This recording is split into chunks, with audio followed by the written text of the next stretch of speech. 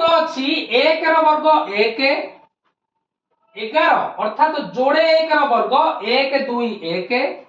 तीनटा 1 रो वर्ग 1 2 3 2 1 चारिटा 1 रो वर्ग 1 2 3 4 3 2 1 सेही अनुक्रम रे आमर देइछि 8टी 1 रो वर्ग आमे निर्णय करिबा। तबे अनुक्रम को लक्ष्य कर ए अनुक्रम रो आमे कोन पाउचे लक्ष्य कर जेतेबेले 2टी 1 रहउछि 1 2 1 रहउछि जेतेबेले 3टी 1 रहउछि हमर 1 2 3 तापरे 2 1 रहउछि जेतेबेले 4टी 1 रहउछि 1 ठारू 4 जाय आसुछि तापरे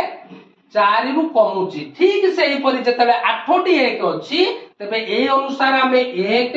2 3 4 5 6 7 8 तापरे कमिबो 7 6 5